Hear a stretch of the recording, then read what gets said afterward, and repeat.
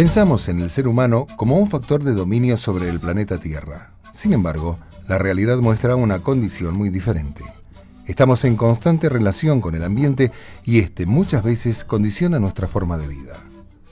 Al oeste de la República Argentina y al sur de la provincia de Mendoza, en el departamento de Malargüe, se encuentra el volcán Peteroa, un coloso activo que condiciona la vida de todo lo que se encuentra a su alrededor. La erupción registrada en el volcán Peteroa en septiembre de 2010 motivó aún más el estudio y análisis de su actividad y las posibles amenazas que enfrenta la población que se encuentra a su alrededor. El Peteroa es monitoreado todo el tiempo. De su boca salen gases tóxicos que fuerzan a la vida que lo rodea a subsistir en condiciones muy rigurosas. La cima del volcán se encuentra a 3.600 metros sobre el nivel del mar. Hasta allí llegaron los científicos con sus equipos.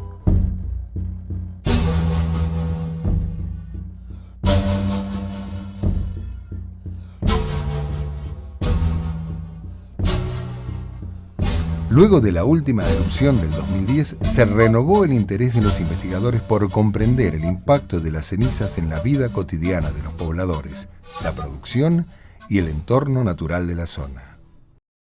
El primer objetivo que surgió fue el de armar un sustrato, una mezcla entre las cenizas del volcán Peteroa y tierra, necesarios para generar un sistema biorremediador, que eso implica una planta, un microorganismo, catalizadores, que aumenten la absorción de este sistema que absorbe metales pesados, radioisótopos, es decir, contaminantes, tanto del suelo como del agua. El otro objetivo fue caracterizar las cenizas del volcán. El otro objetivo que se nos generó fue de saber qué componentes químicos tenían esas cenizas volcánicas del Peteroa, cómo había sido esa erupción, qué grado de partícula tenían las cenizas del volcán Peteroa, cuánto daño podían hacer a la salud, depende qué ingreso podían tener al organismo, que eso está en relación con la cantidad, con el tamaño, con las micropartículas de las cenizas del volcán y eso a su vez con el tipo de erupción. Un tercer objetivo fue analizar cómo eran los suelos de los valles circundantes impactados por las cenizas, cuál era la biomasa y qué capacidad de soportar el pastoreo de los animales en las vegas aledañas. El estudio que caracterizó las cenizas del Peteroa comenzó a echar luz sobre la composición, peligrosidad y los posibles usos de la ceniza del volcán. En cuanto al primer punto, que fue el sistema biorremediador, hemos tenido éxito en poder decir que las cenizas de este volcán, que es lo que nosotros probamos, y seguramente en general las cenizas de los volcanes, pueden ser de gran ayuda en la fabricación de sistemas biorremediadores, ya que ayudan a la captación de contaminantes. Nuestro segundo objetivo en esa campaña del año 2010 fue caracterizar química y físicamente las cenizas del volcán Peteroa. Habíamos tenido la erupción de septiembre y habían habido cenizas en la ciudad de Malargüe, en las aguas, había inquietud para ver qué pasaba con la cuenca hídrica de la región y tanto los habitantes como el personal de gendarmería tenían deseos de saber si esas cenizas que estaban recolectando, ya sea en sus casas, o esas cenizas o esa agua turbia que veían, podían tener algún tipo de efecto nocivo para la salud y si provenían realmente del volcán Peteroa. Desde el ICES se impulsó el estudio y análisis de las cenizas para hacer una caracterización físico-química y una microscopía electrónica y así determinar cuáles eran los elementos químicos que se encontraban frecuentemente en las cenizas. En base a eso armamos un patrón de elementos y Gendarmería colaboró en la recolección de muestras de agua para que nosotros podamos analizar y ver si teníamos restos de cenizas volcánicas y si encontrábamos estos elementos. Así hicimos varias cuencas hídricas del arroyo Valenzuela, del arroyo El Peñón y de las vertientes con las cuales proveían agua al grupo de gendarmes que se encontraban en la base del volcán Peteroa. Las conclusiones que obtuvimos de todo este estudio fue que la erupción del volcán Peteroa no alcanzó a contaminar la cuenca hídrica de la región. Sí se encontraron cenizas en la ciudad y sí encontramos algunos elementos por algún tiempo breve en las zonas de los arroyos, pero no se alcanzaron a contaminar las vertientes que proveían agua a Gendarmería. Del análisis de microscopía electrónico que se hizo de las cenizas de la erupción del 2010 en Buenos Aires y en el CCT de Mendoza, se concluyó que el tamaño de las partículas era muy pequeño, del orden de las nanopartículas. Por lo tanto, era factible que atravesaran mucosas y que pudieran llegar a los alvéolos pulmonares. El tercer objetivo que nos propusimos en esa campaña fue determinar qué biomasa forrajera encontrábamos en la región, ya que a simple vista se veía una actividad productiva ganadera importante, ya sea caprina, equina, bovina, y una cantidad de forraje interesante para la región. Hicimos el muestreo de distintas parcelas, recolectando los vegetales, y llegamos a la conclusión de que las vegas de la zona del Peteroa eran aptas para la ganadería, son ricas, tienen gran cantidad de biomasa, y esa biomasa está en alrededor de 6.000, 6.500 kilos de materia seca por hectárea, y esa materia seca es rica en proteínas y en energía. Esta gran fertilidad se debe a las cenizas volcánicas, ya que con el tiempo, en una proporción adecuada, se van mezclando con la tierra y se van incorporando componentes que hacen que los valles aledaños al Peteroa sean una zona propicia para los cultivos y el forraje de animales.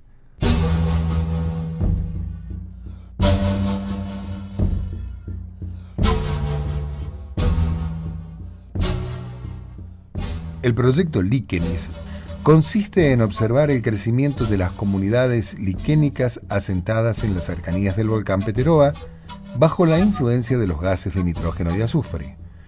La extrema sensibilidad que tienen algunos de estos organismos a estos gases afectan el normal desarrollo de las colonias. Por esta propiedad, son utilizados como bioindicadores de la concentración de estos gases en la atmósfera. Para esto, se mide la velocidad del crecimiento de las colonias en función de la presencia de óxidos de azufre y de nitrógeno que afectan notablemente su tasa metabólica. Bueno, un líquen consiste en la asociación o simbiosis entre un hongo y un alga o una cianofisia. Esta conjunción o simbiosis, en este caso se benefician ambas especies. El alga, a través de la fotosíntesis, le provee nutrientes tanto a ella misma como al hongo. Y el hongo le proporciona al alga refugio.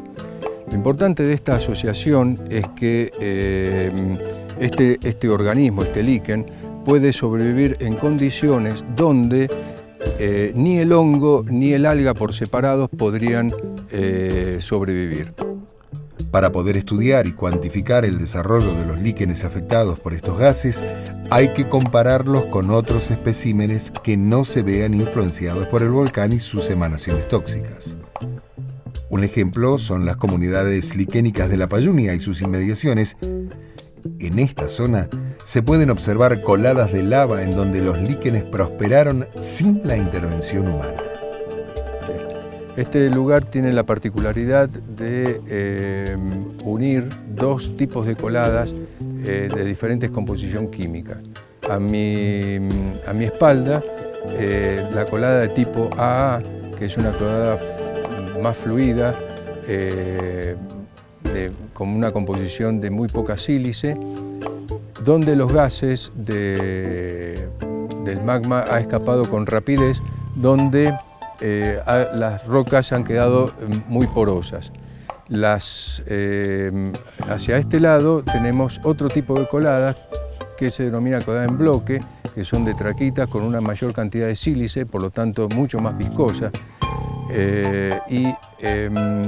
Lo que observamos dentro del proyecto Líquenes es que estos líquenes, el desarrollo de los líquenes en las coladas ácidas tiene una cobertura inferior al 10%, mientras que en las rocas de coladas más básicas el desarrollo o la cobertura de los líquenes son de casi el 80%.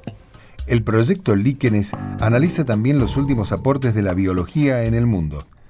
Es el caso de la teoría de la simbiogénesis. Este concepto demuestra que existen otros motores que dan forma de la evolución y la biodiversidad orgánica. Existe en biología un concepto que se llama simbiogénesis. Este término es atribuido a la formación de nuevas especies a partir de la simbiosis de dos especies existentes. El caso del líquen es un ejemplo de ello. Tenemos una especie que es el hongo y la otra especie que es el alga, y cuando se liquinizan forman el líquen, que de alguna manera, y para muchos biólogos, es una nueva especie, ya que no se pueden separar estructuralmente. El proyecto Líquenes, en este momento, está en la fase de las determinaciones taxonómicas de las especies halladas en la zona. Esta es la base fundamental para cualquier otro paso que se quiera dar en el campo de la biología.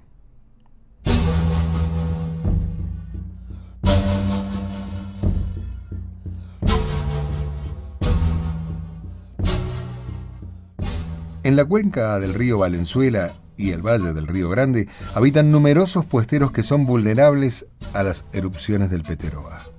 La dirección de los vientos predominantes desde el oeste hacia el sudeste hacen que los riesgos frente a una erupción sean muy importantes. Las plumas volcánicas recorrerían toda la zona del valle del Río Grande, afectando a los puesteros y a las actividades ganaderas que ellos desarrollan. El puesto es la unidad, digamos, productiva, socioproductiva, donde reside el puestero, que es el que se dedica a la cría de chivas fundamentalmente, y su familia.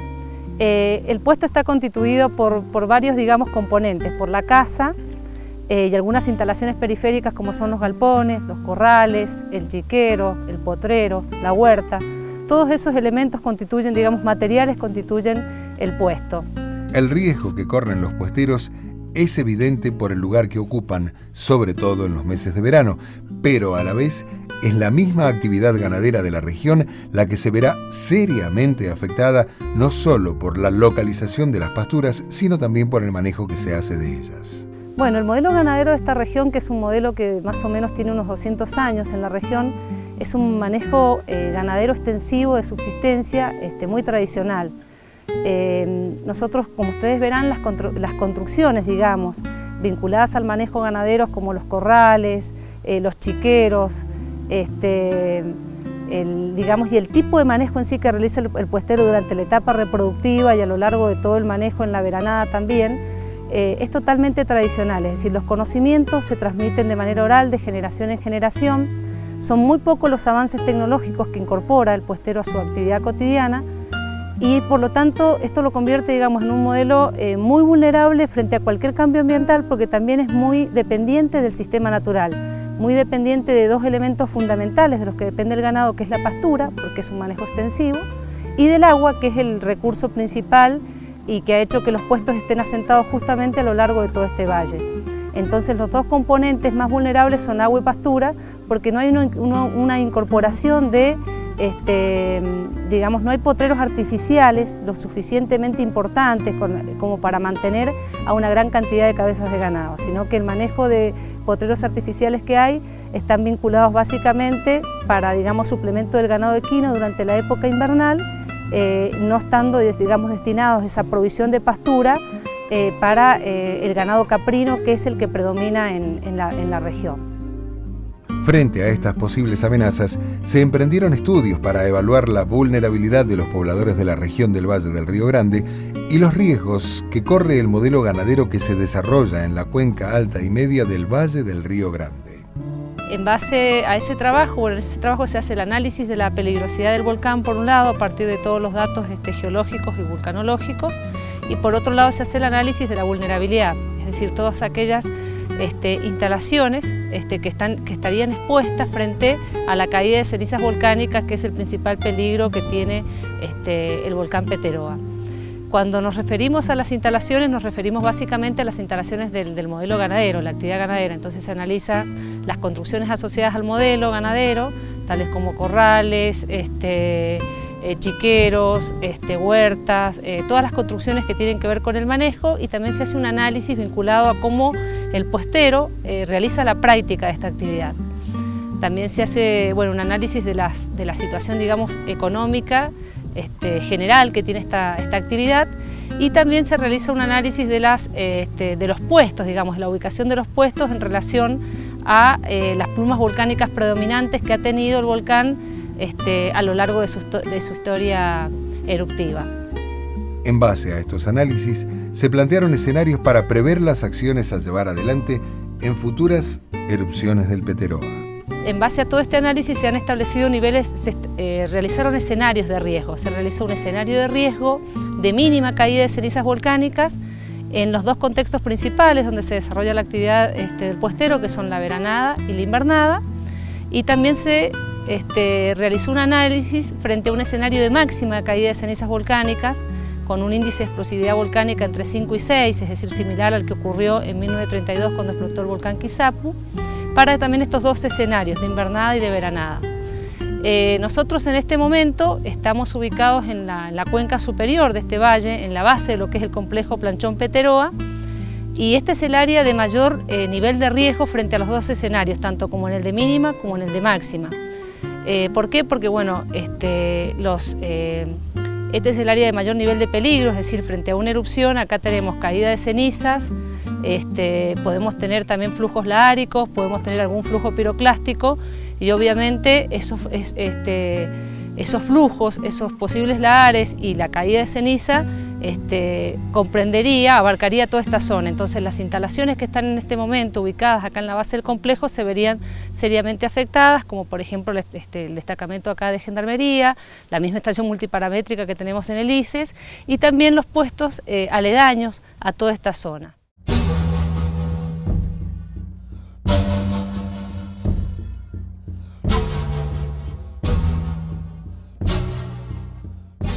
El ICES CNA instaló en la base del complejo volcánico Planchón Peteroa una estación multiparamétrica en la cual, año tras año, se le incorporan nuevos equipos y tecnología, en su gran mayoría de diseño y desarrollo por parte de la CNEA, a través de los cuales se transmiten vía internet por medio de una antena satelital dispuesta por el gobierno de la provincia de Mendoza los datos que se registran. En la actualidad lo que estamos midiendo es emisión acústica, ¿sí? En este momento tenemos sensores de emisión acústica que están dentro del promontorio. A futuro pensamos colocar otra estación de emisión acústica un poco más arriba. Después estamos midiendo acá en la propia base, se ha instalado una estación meteorológica en la cual medimos presión, velocidad de viento, temperatura y radiación solar. En otro punto de medición que tenemos unos 3.000 metros de acá, en una geoterma, se está midiendo la temperatura de la terma, la temperatura de agua, la temperatura ambiente, y también ahí estamos midiendo radiación solar y concentración de dióxido, porque digamos en el agua termal hay emanación de dióxido permanentemente. A futuro se quiere instalar un sensor que mida dióxido de azufre. Uno de los nuevos equipamientos de la estación multiparamétrica que agrega una variable más de medición es un sensor de gas radón desarrollado por la Comisión Nacional de Energía Atómica. El radón es un gas de origen natural, es un gas radioactivo, se mide a través de un equipo especial. En este caso, este equipo se diseñó íntegramente en la Comisión Nacional de Energía Atómica. Y es un equipo que tiene una gran sensibilidad y puede tomar medidas casi en tiempo real. En este momento está tomando datos y los guarda en un data logger. En un futuro, la idea es hacer una comunicación, cosa de que a través de la antena satelital que tenemos a partir de este año, podamos ver esos datos online. Las cámaras instaladas permiten mantener una imagen constante, fija del volcán, así como una imagen del área en 360 grados desde la estación base.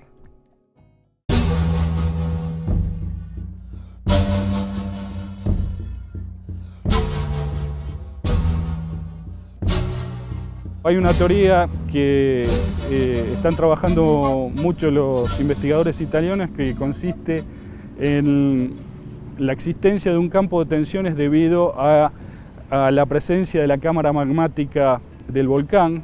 Este campo de tensiones, a medida que la cámara magmática va tomando presión, va generando en la superficie este campo de fuerzas y obviamente estas fuerzas son las que comprimen las rocas.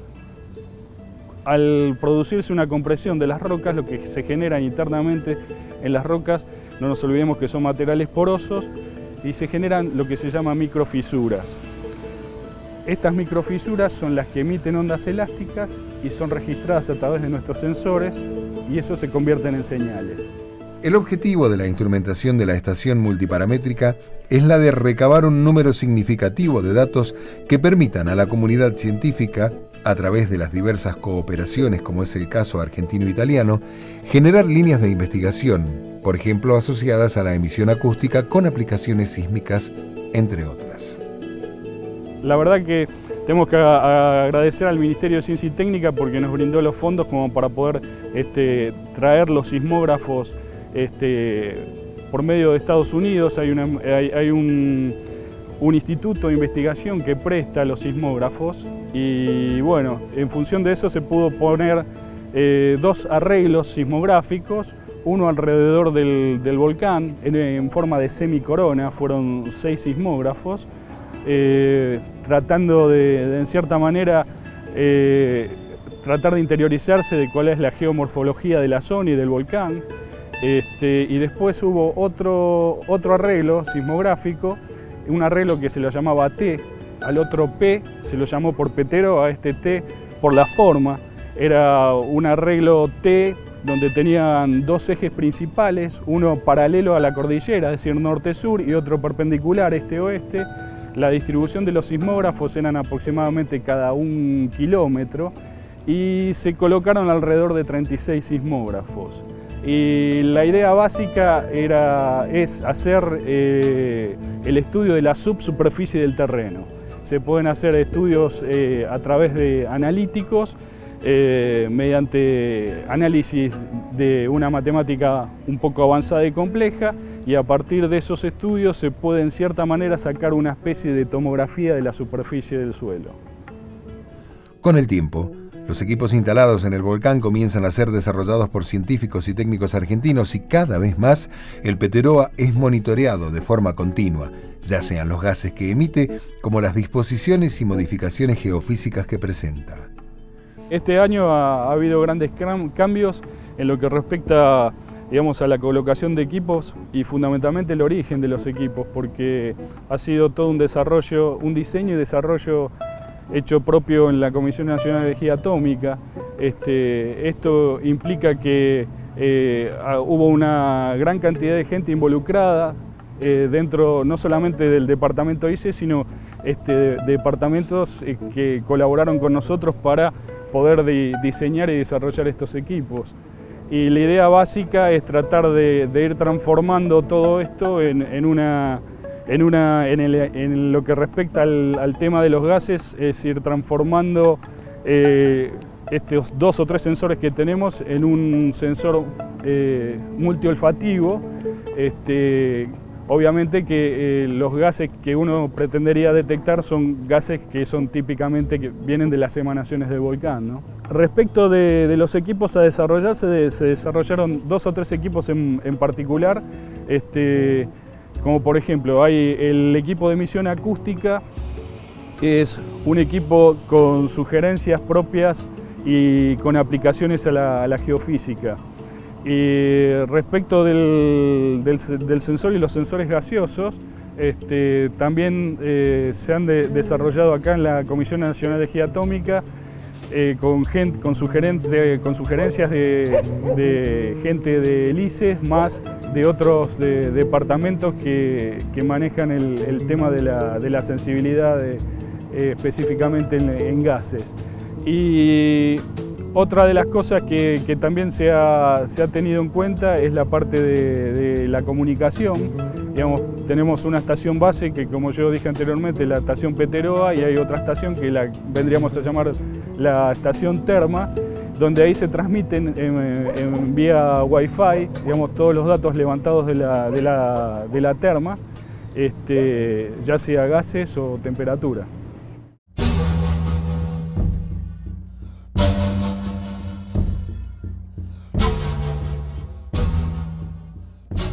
El ICES, la Universidad Nacional de Cuyo y el CONICET, a través del Centro de Investigación y Desarrollo en Fermentaciones Industriales, CINDEFI, encararon una campaña al volcán Peteroa para determinar los sitios donde sea factible la existencia de organismos extremófilos y estudiar posibles aplicaciones biotecnológicas.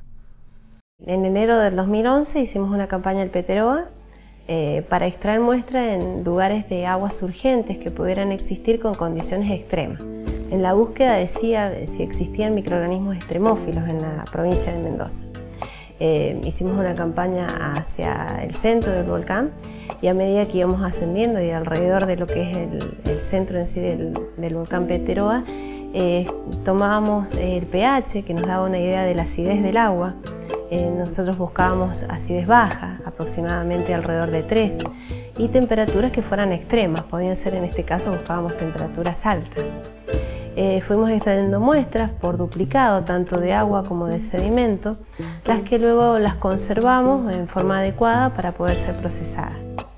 La búsqueda en estos microorganismos tiene la característica que no crecen tampoco con los medios de cultivo tradicionales de los microorganismos que estamos normalmente acostumbrados a trabajar, sino que ellos tienen la capacidad de poder extraer sus nutrientes a partir de sales. De ahí un poco la característica que tiene y las propiedades de poder trabajar en lixiviación, porque utilizan como fuente de alimentos aquellos minerales que otro microorganismo no lo podría utilizar, y así dejar libre el mineral que uno quiere extraer. La Argentina es un país con un importante potencial minero. A la vez existe un gran interés por conservar el medio ambiente libre de químicos sumamente perjudiciales tanto para los hombres como para la naturaleza. Es por ello que estos microorganismos extremófilos son de sumo interés para desarrollar una minería sustentable y no contaminante, porque tienen la capacidad de extraer los minerales sin contaminar. Los microorganismos extremófilos lo que son una alternativa a la lixiviación tradicional, por ejemplo, que es un método que se utiliza en minería para extraer metales de los minerales a través de ácidos.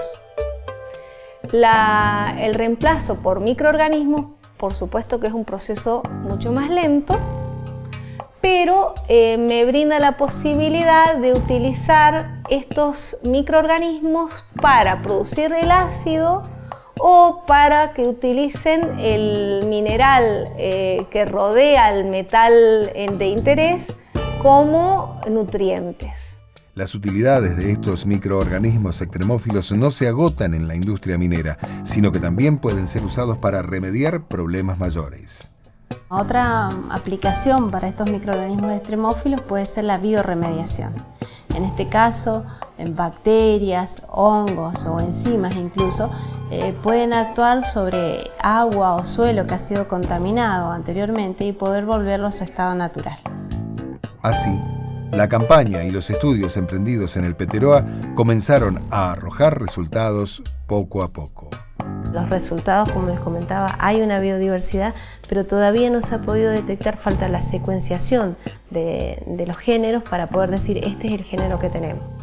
Algunos géneros que serían esperables por las condiciones que nosotros quisiéramos poder encontrar, podría nombrar algunos, como Leptospirillus ferroxians o Asitio Bacillus ferroxians, todos que utilizan, como decía recién, o hierro o azufre para sus nutrientes.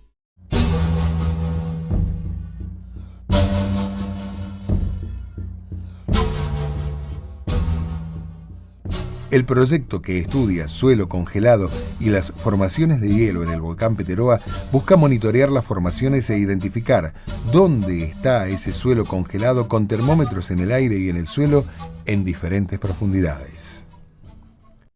A nivel del aire, uno de los resultados más interesantes, que era la temperatura, teníamos casi 2,5 grados bajo cero, permanentes. Entonces, permanentes, es decir, como media anual.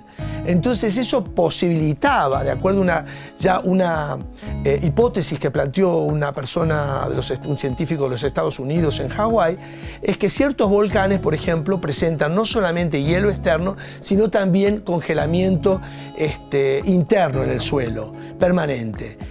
Entonces, uno de los resultados fue ver que la temperatura estaba bajo cero a nivel del aire, pero a nivel del suelo encontramos que había variaciones térmicas muy importantes, calientes, que estaban, ustedes pensarán, relacionados con la actividad del volcán. Sí estaban relacionados con la actividad del volcán, pero pudimos ver que podíamos seguir y había variaciones interesantes. Tanto es que después del terremoto de Chile del 2010, vimos una relación interesante con las temperaturas, porque las temperaturas mostraban que el volcán estaba relativamente activo. Para explorar la realidad del volcán, se implementó el relevamiento de las temperaturas con cámaras térmicas y así individualizar las zonas calientes y frías en la cumbre y en el perímetro del volcán. La formación de hielo en un ambiente volcánico es posible porque el calor proveniente de la Tierra compite con el frío que impera a grandes altitudes. Es posible porque hay mucho frío externo. El frío se introduce en la Tierra, pero pelea con ese avance de calor del volcán en este caso. En algunas partes del volcán gana el calor o gana generalmente calor. Y en otras partes, digamos que el frío es tan importante que deja manchones de permafrost y es más, manchones de glaciares en la parte de cumbre y demás, que son óptimos para estudiar si el volcán, cómo está en actividad el volcán, porque a medida que se van, estos glaciares no se pueden utilizar bien para cambios climáticos o para calentamiento, porque están influenciados por ese calor volcánico y por ese calor geotérmico. Entonces, nos están avisando qué le pasa al volcán. Es más, cuando nosotros hicimos ese monitoreo, que significa seguir o hacer un seguimiento de las temperaturas, uno ve cómo se comporta el hielo en diferentes lados del volcán. Cuando se hizo el estudio con imágenes térmicas, se pudo identificar temperaturas que superaban lo esperable en esa zona. Cuando observamos que teníamos ese perfil térmico, perfil le decimos, ¿no es cierto?, cuando uno tiene las temperaturas en el suelo a diferentes profundidades, hasta el aire y demás, vimos que las temperaturas negativas estaban faltando, eran temperaturas positivas. Entonces, bajo la Comisión Nacional de Energía Atómica, nos ofrecieron la posibilidad de usar un equipo que es una cámara térmica, que no la conocíamos. Quisimos intentar esta experiencia que consistía en un equipo que es manual y portable, se lleva consigo, analizar diferentes partes de diferentes partes del volcán, en la parte superior o en la parte lateral. La termocámara permitió, gracias al espectro de colores con que muestran las imágenes, identificar zonas de intensificación del calor debajo de la superficie. A través de una comparación de foto blanco y negro, fotocolor, si se quiere, con el espectro térmico de la imagen, de la termografía, digamos, que se llama, dónde estaba frío y dónde estaba caliente. Entonces hicimos como una especie de diagrama individualizando o mapeando toda la superficie del volcán y a los lados dónde estaba frío y caliente. Entonces ese diagrama permitió ver dónde están las crioformas, es decir, las formas que contienen hielo o contienen frío, y dónde esas crioformas están afectadas por calor. Y uno de los resultados importantes fue ver que había desde el 2010, desde la primera inspección con la termocámara en el 2010 hasta después del sismo, que había un corrimiento de los focos de calor hacia la zona chilena y que se habían agrandado. Por lo cual nosotros previmos que podía haber una intensificación en la actividad del volcán.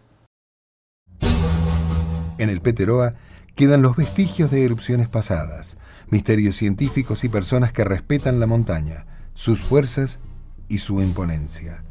Para los científicos que tuvieron la oportunidad de estudiarlo, solo resta la esperanza de continuar revelando las múltiples caras del Peteroa.